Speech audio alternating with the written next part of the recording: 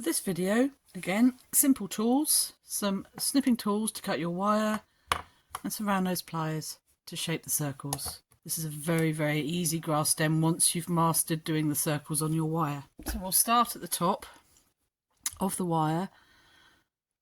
Hold the wire so it's flush in your round nose pliers. Depending on where you start on your round nose pliers, if you start at the top, there'll be very small circles. If you are at the bottom, bigger circles. These are quite big round nose pliers, so I'm going to go for in the middle.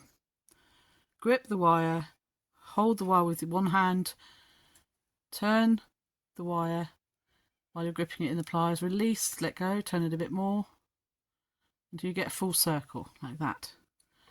Put the pliers in, grip, and then with your finger just push that wire so you've got sort of a lollipop shape at the end of your wire.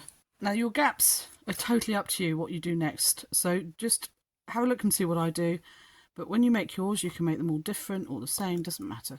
What we're going to do is we're going to space out where the circles are, so I'm going to grip again, holding the pliers vertical and the wire in between, grip the wire, and I'm just going to bend the wire about 180 degrees round that so we form a U-bend, release the pliers, just release so you can twist them, grip again and continue that circle, release the pliers and grip again and go all the way around. So you've made a circle on one side of the stem. So the next one is put the pliers up through, so one of the noses of the plier are going up through the existing circle, and you're halfway again and you're just going to bring that wire around the bottom side. Then I'm going to take the pliers out, pop them back in on the just one of the noses, and this time I'm going to come around below. So that circle went above and this one's gone below. So I'm going to come down a little bit further and just repeat that action. So gripping the wire halfway along my pliers, bend, release, grip, bend, till it's gone all the way around. Put the pliers up through just to gauge where the first bend should be, release the pliers, and we're going to go underneath with that one. Don't forget to go underneath, because that way it keeps your figures of 8, one above, one below, keeps them nice and even. And we're just going to go around this, down the stem, continuing. So we're bending round. So if you've had a practice with your circles by now, this should be a very easy stem for you to do. If this is your first time, just practice making circles with the wire and your pliers before you start. You can adjust each circle, keep an eye on them, make sure you're happy with them before you start the next pair.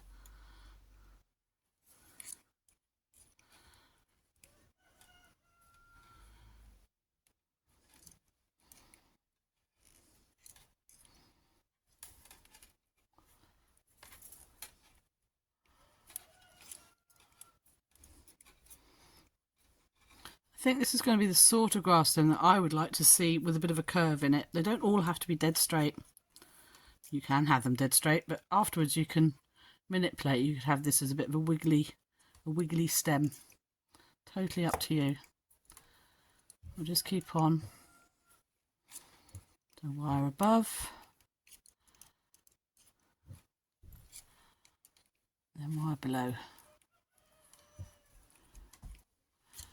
Check, adjust, and continue.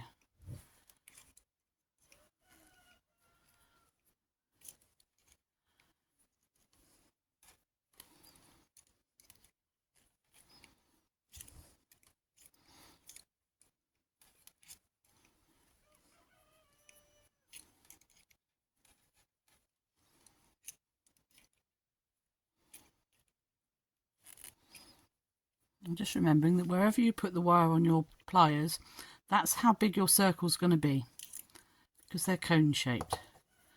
So if you want them all the same size, just try and get them in the same place on your pliers each time.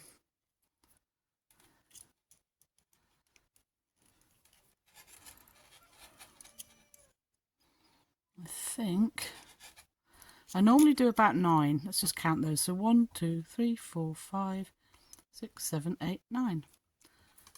You could go more or less, totally up to you, but I'm happy with that. And then just smooth them out as best you can, and then cut to your desired length. I normally go for 38 centimetres.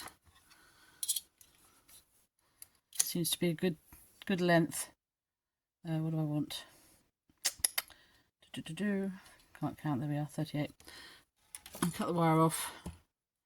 This gives us enough to, if we're painting them, gives us enough to poke them into something to support them or make a U-bend in the end.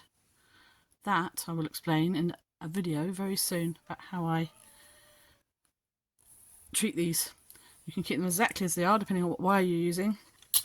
This is a annealed iron wire, and you could just leave it like that. But I tend to give them a coating of anti-rust spray paint, which is clear. It's like a varnish. And when that's dry, give them a coating of matte black metal paint, and they look really nice. So there you have it. I hope you've enjoyed that video. Thank you for watching, and if you liked the video, please subscribe. Thank you. Bye.